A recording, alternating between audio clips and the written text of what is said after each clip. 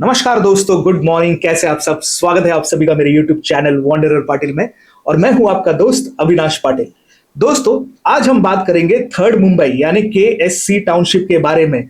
बहुत ही important news है, वो आपके साथ शेयर करनी थी। अगर आप मेरे चैनल को काफी समय से फॉलो कर रहे हैं तो आप तक ये न्यूज ऑलरेडी पहुंच चुकी होगी, दूसरे वीडियोस में भी मैंने बताया है। लेकिन आज के वीडियो में थोड़ा डिटेल में समझने की कोशिश करेंगे कि अगर आप यहां पर लैंड खरीदने वाले हैं, उसके बारे में सोच रहे हैं, तो आपको क्या क्या कंसिडर करना चाहिए। और सबसे इंपॉर्टेंट चीज, बहुत लोगों से बात करता हूं, मैं कंसल्टिंग करता हूं, एक सवाल है ना लोगों के दिमाग में हमेशा रहता है, कितना लैंड हमें मिलेगा, पर स्क्वायर फीट क्या रेट है, 40-60 के रेशियो में हमारी होल्डिंग कितनी होगी। ये जो अनगिनत सवाल है ना, ये चीजों को बहुत कॉम्प्लिकेट करते हैं और लोग समझ नहीं पाते कि सही डिसीजन कैसे लिए जाए और एक्सेल पे कैलकुलेशन कैसा किया जाए। देखिए, मैंने अपने प्रीवियस वीडियोस में आपको बहुत सारी चीजें बताई, जैसे लैंड कहां पर खरीदना है, डॉक्यूमेंटेशन क्या क्या देखने हैं, ड्यू डिलिजेंस क्या क्या करने हैं। ये सारी चीजें तो आप मेरा पिछला वीडियो कोई भी उठाकर देख लीजिए, वहां पर मैंने एक्सप्लेन की है विथ लॉजिकल रेफरेंसेस। लेकिन आज के वीडियो में थोड़ा हटकर कॉन्वर्सेशन करने वाला हूं, और ये कॉन्वर्सेशन कोई भी आपको सोशल मीडिया पर एटलीस्ट जो केएससी टाउनशिप या थर्ड मुंबई के बारे में वीडियोस बनाते हैं, किसी ने भी आपको ये एक्सप्लेन नहीं किया होगा। अमूमन ज्यादातर जो डेवलपर्स एजेंट्स होते हैं वो भी ये कैलकुलेशंस अपने कस्टमर्स को नहीं बताते। And that is why I think it is my duty to tell you कि आप इसे कैसे कैलकुलेट करें, कैसे फैक्टर इन करें और कैसे सही डिसीजन ले। तो अगर आप मेरे चैनल पर नए हैं, please do subscribe to the channel. हम सिर्फ केएससी और थर्ड मुंबई की वीडियोस ही नहीं, बल्कि हमारी कोशिश रहती है कि रियल एस्टेट में जो भी कोई नई लोकेशन डेवलप हो रही हो, कोई अच्छी लोकेशन हो या फिर कोई अच्छी प्रॉपर्टी हो, वो हम अपने दर्शकों तक पहुंचाने की पूरी कोशिश करते हैं। तो चलिए वीडियो की शुरुआत करते हैं। तो लोक नेता दीबा पाटिल साहब के नाम पर ये एयरपोर्ट बनाया गया है, अंतरराष्ट्रीय एयरपोर्ट है। अभी श्री नरेंद्र मोदी जी ने इसका इनॉग्रेशन किया है, लेकिन सिर्फ इनॉग्रेशन हुआ है। इस चीज को थोड़ा समझिए, जो एक्चुअल फ्लाइट है और ये एंटिसिपेट किया जा रहा है जो कार्गो फ्लाइट है, that will first fly from December onwards. और मेरे जो दर्शक है, मेरे जो सब्सक्राइबर्स है, जिन लोगों के साथ मैंने वन ऑन वन कंसल्टिंग की है, उन्हें ये पता है कि मैं हमेशा से अपने वीडियोस में ये कहते आया हूं कि ये 2025 के एंड में ही ओपन होगा। बहुत लोग मुझे पूछते थे कि न्यूज आ रही है अप्रैल में होगा, मई में होगा। देखिए, मैं वहां पर जाया करता हूँ, वहां पर देखता हूँ, तो मुझे ग्राउंड रियलिटी पता होती है। एक मीडिया ऑप्टिक्स होता है जो आपको obviously election mileage and X Y Z ये सब चीजों के लिए करना होता है, और एक ग्राउंड रियलिटी होती है। But if you are an investor then you need to look at ground reality. तो चलिए, ये तो एक कॉन्टेक्स्ट हो गया। अब इसके वजह से क्या है कि इनॉग्रेशन हो चुका है, तो इनॉग्रेशन का मतलब यह है कि अब फ्लाइट तो सिर्फ उड़ने का टाइम है, बस that's it. And then it will slowly steadily it will build its capacity, और धीरे धीरे वहां पर डिमांड आना शुरू हो जाएगी। और इसी वजह से बहुत सारे जो डेवलपर्स हैं, मैं अपार्टमेंट्स की बात कर रहा हूं, मैं एनए प्लॉट्स की बात कर रहा हूं, और मैं जो हमारे एग्रीकल्चरल प्लॉट्स है केएससी टाउनशिप में, ये तीनों की बात कर रहा हूं कि धीरे धीरे अब ये ट्रैक्शन शुरू हो जाएगा। क्योंकि अभी तक जो डिमांड थी ना, वो इन्वेस्टर इन्फ्लेटेड डिमांड थी, यानी एयरपोर्ट आने वाला है इस वजह से ये डिमांड थी। लेकिन अब एयरपोर्ट फंक्शनल हो जाएगा तो उससे रिलेटेड जो इंडस्ट्रीज है, उनके जो एम्प्लॉइज है, वो धीरे धीरे यहाँ आना शुरू हो जाएंगे, and then actual consumption of those products will start. तो इसका मतलब यह है कि रियल एस्टेट में धीरे धीरे अब ग्रोथ आना शुरू हो जाएगी। और बहुत सारे फार्मर्स जो है ना, जो अपने लैंड बेच रहे थे, आप में से बहुत लोगों ने मुझे पूछा था कि फार्मर्स क्यों बेच रहे हैं, फार्मर्स क्यों बेच रहे हैं। अगर उन्हें पता है कि यहाँ पर जमीनों के भाव बढ़ने वाले हैं, this will eventually be converted to an NA land, then why are they selling it? The ground reality is a lot of farmers are backing. तो अगर आप लेने के बारे में सोच रहे हैं, this is probably the right time.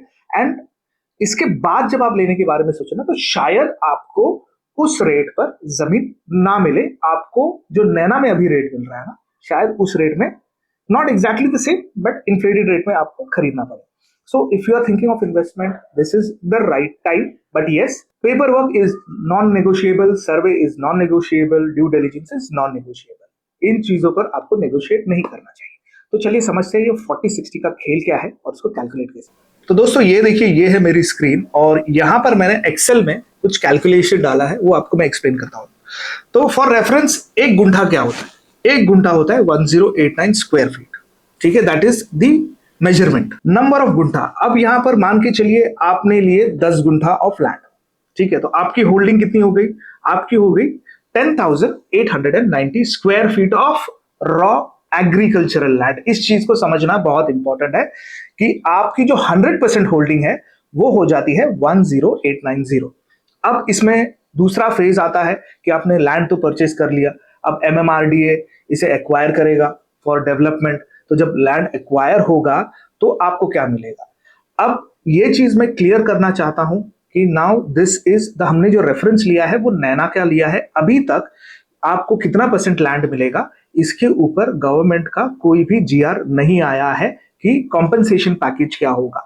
But ऐसा माना जा रहा है कि अगर नैना में 40% दिया है तो यहां पर भी 40% ही देना होगा, otherwise the farmers will agitate कि मुझे 20% क्यों और वहां पे 40% क्यों, तो कोई सेंस नहीं बनता ना। तो अगर गवर्नमेंट को इक्विटी रखनी है between the farmers and the developing authority और फार्मर्स को स्टेक होल्डर्स बनाना है टू द डेवलपमेंट, तो ऑब्वियसली उन्हें एक साइजेबल अमाउंट ऑफ लैंड देना होगा। और दूसरा जो फैक्टर है वो एफएसआई का है। नैना में एफएसआई 2.5 का मिला है एंड इट इज अंडरस्टूड कि यहां पर भी यही दिया जाएगा। स्ट्रॉन्ग पॉसिबिलिटी है, इधर ज्यादा कम में ह्यूमन बिहेवियर के हिसाब से मुझे नहीं लगता कि कोई अग्री करेगा। So obviously the farmers will agitate, they would want more of it rather than less of it. तो ये मैं क्लियर करना चाहूंगा कि ये जो भी कैलकुलेशन हम कर रहे हैं, this is basis the best information that we have and the best reference points. क्योंकि अगर ऑन पेपर अगर कुछ आ चुका होगा तो आपके हाथ में नहीं आएगा, वो probably the big players will come in and they will buy everything, या फिर एक बार न्यूज कंफर्म हो जाती है, जीआर निकल जाते हैं तो चीजें और महंगी हो जाती है। तो ये आपको मैं क्लियर करना चाहता हूं। अब 10,890 स्क्वायर फीट ऑफ लैंड, अगर आपको उसका 40% मिलता है तो आपको कितना मिलता है? तो आपको देखिए टेक्निकली मिलता है 4,356 square feet of develop land. इसके बीच में फर्क समझिए, क्योंकि यहां पर मुझे बहुत सवाल आते हैं कि 60% जमीन अगर गवर्नमेंट ले लेगी, हमारे पास 40 रहेगी, ये तो गलत है ना, because they are taking more of a land. एक चीज को समझिए, agricultural land has a separate value, NA land has a separate value. आपको जो मिल रहा है वो एनए लैंड मिल रहा है और उस पर जो एफएसआई मिलता है ना, that determines the value of the land. तो अगर आपको 2.5 का एफएसआई मिल रहा है, इसका मतलब आप जब कंस्ट्रक्शन करेंगे या कोई डेवलपर उस पर कंस्ट्रक्शन करेगा, वो कंस्ट्रक्ट कर पाएगा 10,890 square feet worth of construction. This is the most critical information in real estate जब आप डिसीजन ले रहे हो कि आपको इतना बड़ा लैंड पार्सल फिर से मिलेगा बट इन वर्टिकल फॉर्म। दूसरा एडवांटेज क्या है कि देखिए, इस डेवलपमेंट को कम से कम 5 साल लगेंगे फॉर यू टू, उनका जो मेरा एजम्पशन है, to get the development plan. उससे शायद थोड़ा जल्दी भी हो जाए। तो जब ये होगा ना, उस वक्त इस लैंड की वैल्यूएशन अलग हो जाएगी और शायद देखिए एफएसआई बढ़ भी सकता है, there is a strong possibility. But आप जो भी कैलकुलेशन कीजिए, your best assumption will be 2.5। ठीक है, now this is one part of the equation. I hope आपको ये समझ आया होगा कि आपको कितना लैंड मिलेगा, उसके अगेंस्ट 40% पे आप कितना ले पाओगे। I hope this is clear. Now in the next segment we will try to understand the per square feet rate of this land and whether it makes sense और नॉट। तो चलिए दूसरे सेक्शन पर, जहां पर हम समझते हैं पर स्क्वायर फीट रेट। तो अब मेरे एक्सेल पर आपको दिख रहा होगा एक कैलकुलेशन। अब मान के चलते हैं कि हम जमीन ले रहे हैं पिरकोन में। ठीक है, पिरकोन में जनरली 5,50,000 का रेट हम पकड़ते हैं। ऑनगोइंग रेट है, ऊपर नीचे हो सकता है, don't quote me on this. ठीक है, that is completely up to you. आप जब जमीन खरीदने जाएंगे, नेगोशिएट करेंगे, दैट्स कंप्लीटली अप टू। ठीक है, अब यहाँ पर 1089 स्क्वायर फीट एक गुंठे का जब हम कैलकुलेशन निकालते हैं तो पर स्क्वायर फीट निकल के आता है 505। एक स्क्वायर फीट जमीन मिलेगी। तो ये कैलकुलेशन तो ठीक ही लग रहा है ना। अब सवाल आता है कि 60% और 40% में कैलकुलेशन कैसा बैठता है?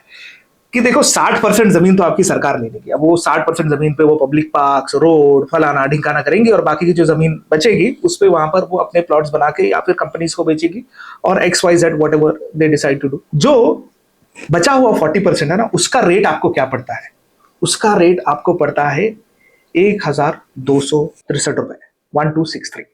That is per square feet rate that you are paying right now to buy the land, which will eventually NA में कन्वर्ट हो जाएगा। तो आपका NA रेट ये है। तो आप ऐसे कैलकुलेशन कर सकते हैं और डिटरमाइन कर सकते हैं कि अगर पनवेल में इस रेट में मुझे कुछ मिल रहा है तो क्या वो सही है। तो आप बोल रहे हैं ना महंगा है, बहुत महंगा है, कैलकुलेशन ऐसे कीजिए। अगर मैं आपको नैना का रिलेटिव कॉन्टेक्स्ट दूं तो वहां पर मैं किसी से बात कर रहा था और वो पर गुंठा ये रेट कह रहे थे, यानी 15 लाख रुपए। ओके, ये प्री वाला लैंड के बारे में बात कर रहा हूं मैं, तो चलो यहीं पर डाल के देखते हैं। दे वर आस्किंग फॉर 15 lakhs। तो अगर ये 15 लाख में कोई मांग रहा है तो उसका रेट कितना हो गया? 3,500 ऑलमोस्ट। और अभी आपको कितने में मिल रहा है? वो आपको मिल रहा है 1263 में। तो लगभग देखिए 2700, 2600, 2700 का डिफरेंस है अगर आप नैना और इसमें कंपैरिजन करें तो। बट इवेंचुअली क्या नैना में हर एक जगह का वो रेट है? नहीं, कहीं पर कम होगा, कहीं पर ज्यादा होगा। बट मोटा मोटा 7 करोड़ रुपए एकड़ में जमीन बिक रही है नैना में, जहां पर हीरानंदानी वाधवा इन सबके प्रोजेक्ट है ना, वहां पर। तो ऐसे कैलकुलेट कीजिए। अगर मैं पनवेल का आपको कॉन्टेक्स्ट दूं तो पनवेल में जमीन बिक रही है ऑलमोस्ट 10,000 से 12,000 के रेंज में। छोटे प्लॉट होते हैं, बड़े प्लॉट होते हैं, उसकी प्राइस तो और बड़ी है।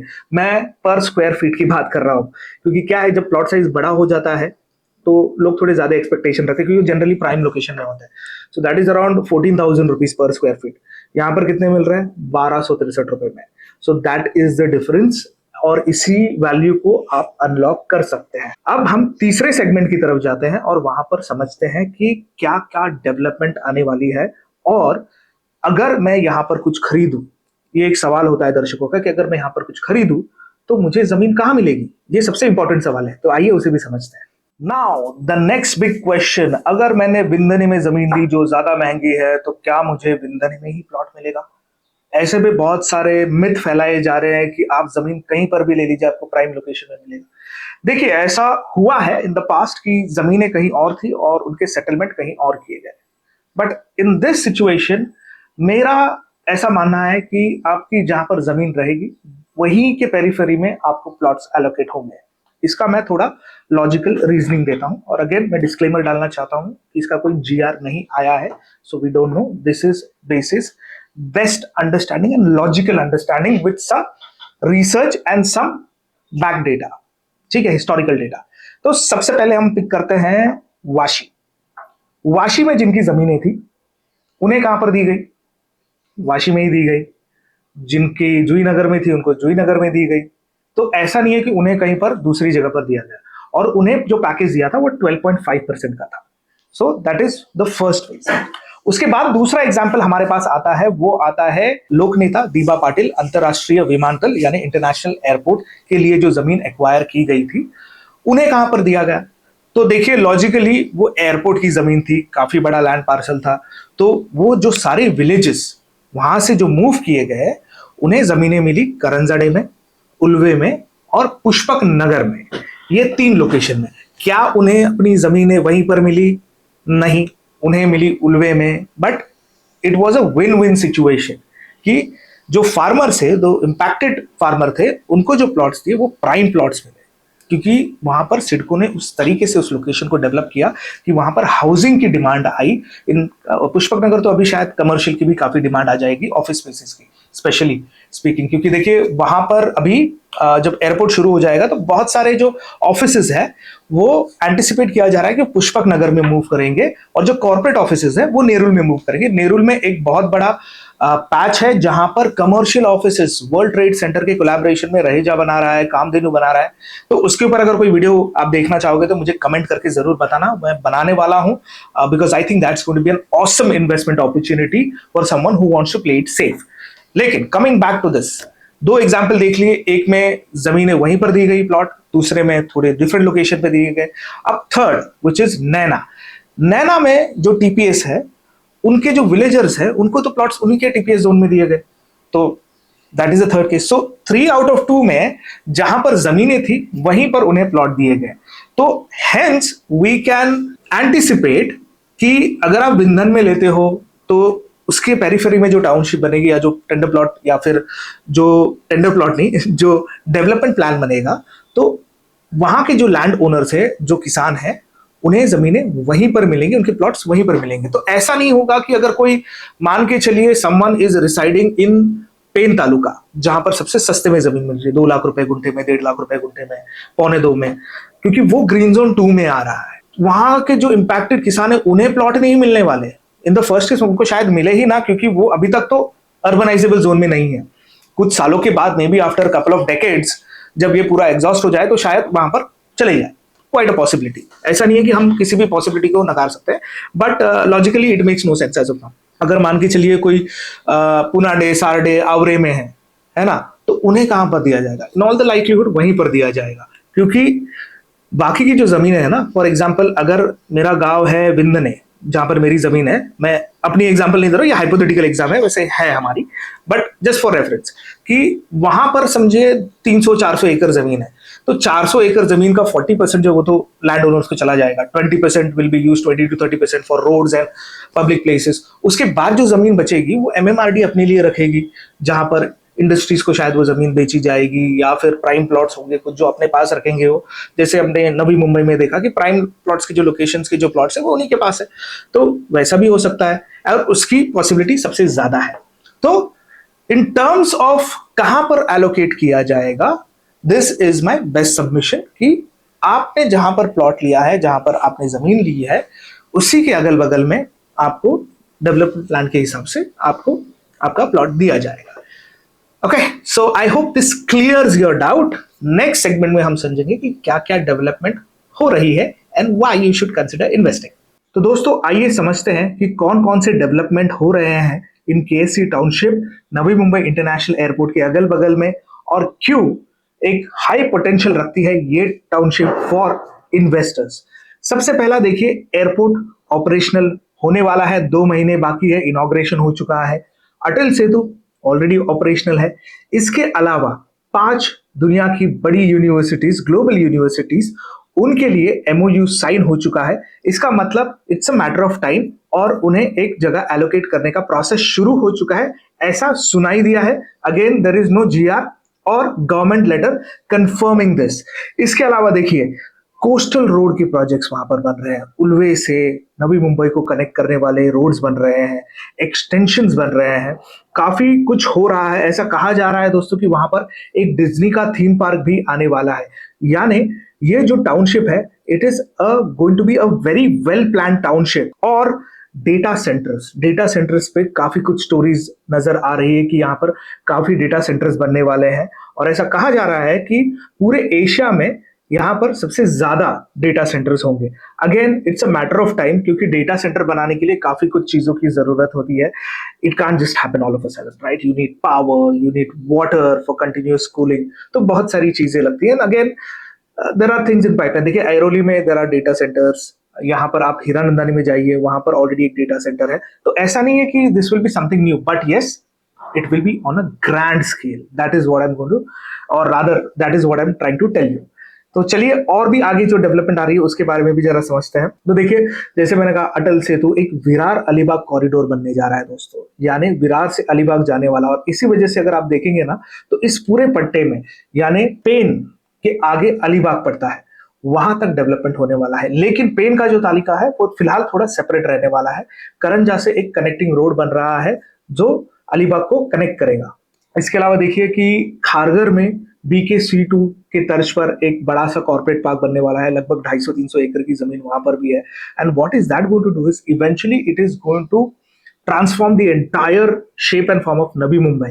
जो गलतियां हुई थी नवी मुंबई को बनाते वक्त, जहां पर एम्प्लॉयमेंट अपॉर्चुनिटीज नहीं थी, अब शुरुआत होगी एम्प्लॉयमेंट अपॉर्चुनिटी, और वो कहां से जनरेट होगी? इन सब लोकेशन से। एंड इवेंचुअली उनकी जो शुरुआत की हाउसिंग डिमांड होगी, मेरा ऐसा मानना है कि KSC township and Naina will be the feeder for the residential apartments. And eventually जो बड़े स्केल के प्रोजेक्ट्स है, जहां पर ज्यादा जगह की जरूरत है, वो केएससी में मूवमेंट होंगे। So this is my anticipation about KSC. Metro की बात हो रही है कि नई जो मेट्रो है वो नए एयरपोर्ट से पुराने एयरपोर्ट जो मुंबई का है उसे कनेक्ट किया जाएगा, and that will act as feeder. Again नए रेलवे स्टेशन बनाए जा रहे हैं। रांजनपाटा स्टेशन तो ऑलरेडी है, बट ऐसा कहा जा रहा है कि और कुछ स्टेशन ऐड किए जाएंगे। Again these are not confirm news, these are information that people are talking about. जिनके पास इनसाइड इंफॉर्मेशन होती है वो हमसे बात करते हैं, तो वो हमें बताते हैं कि क्या क्या डेवलपमेंट होने वाली है। JNPT ऑलरेडी है, साइन पनवेल हाईवे का जो एक्सटेंशन है वो आने वाला है। सबसे इंपॉर्टेंट बात देखिए, यहाँ पर ना एक ग्लोबल टेंडर निकला था, उसकी कॉपी में लगा दूंगा, और वो निकला था इस साल की शुरुआत में, एंड में, हम शुरुआत में उस पीरियड में ओवरलैप हो गया था। वहां पर बहुत सारे जो ग्लोबल टाउन प्लानिंग ऑर्गेनाइजेशंस है उनसे उनके इनपुट्स मंगाए गए थे to appoint someone, but apparently जो आए I think it didn't work out really well because वो जिस स्केल पे करना चाहते थे और जिस मैसिव इंफ्रास्ट्रक्चर की हम बात कर रहे हैं शायद वो उसे नहीं सपोर्ट कर पा रहा था। So maybe Dev asked for some changes and all, तो उसका शायद फिर से टेंडर निकले, बट एक टेंडर निकल चुका था and I think it has been retracted, तो उसकी कॉपी में लगा दूंगा। You can see yourself that there is a good progression that is happening. एंड अगर आप लैंड में इन्वेस्ट करने के बारे में सोच रहे हैं then there is a number given, you can call on this number and do the due diligence. उसका मैंने एक अलग से वीडियो बनाया है, मेरे चैनल पर जाकर आप देख सकते हैं। So this was it from me guys. अगर वीडियो पसंद आया तो please like share and subscribe. और हाँ, और एक नया वीडियो लेकर आने वाला हूं about what are the locations in and around Navi Mumbai international airport, जहां पर आप रियल एस्टेट में या तो पैसा बना सकते हैं या फिर अपने एंड यूज के लिए घर ले सकते हैं। ज्यादातर अपार्टमेंट्स मैं प्रमोट करता हूं कि आप एंड यूज के लिए लीजिए, और land is where you can probably make money. So these are my suggestions. कुछ पॉकेट्स होते हैं जहां पर आप एक्चुअल में पैसा अच्छे से बना सकते हैं। So I will see in the next video. This is वॉन्डर Patil signing off. Goodbye and happy Diwali to everyone.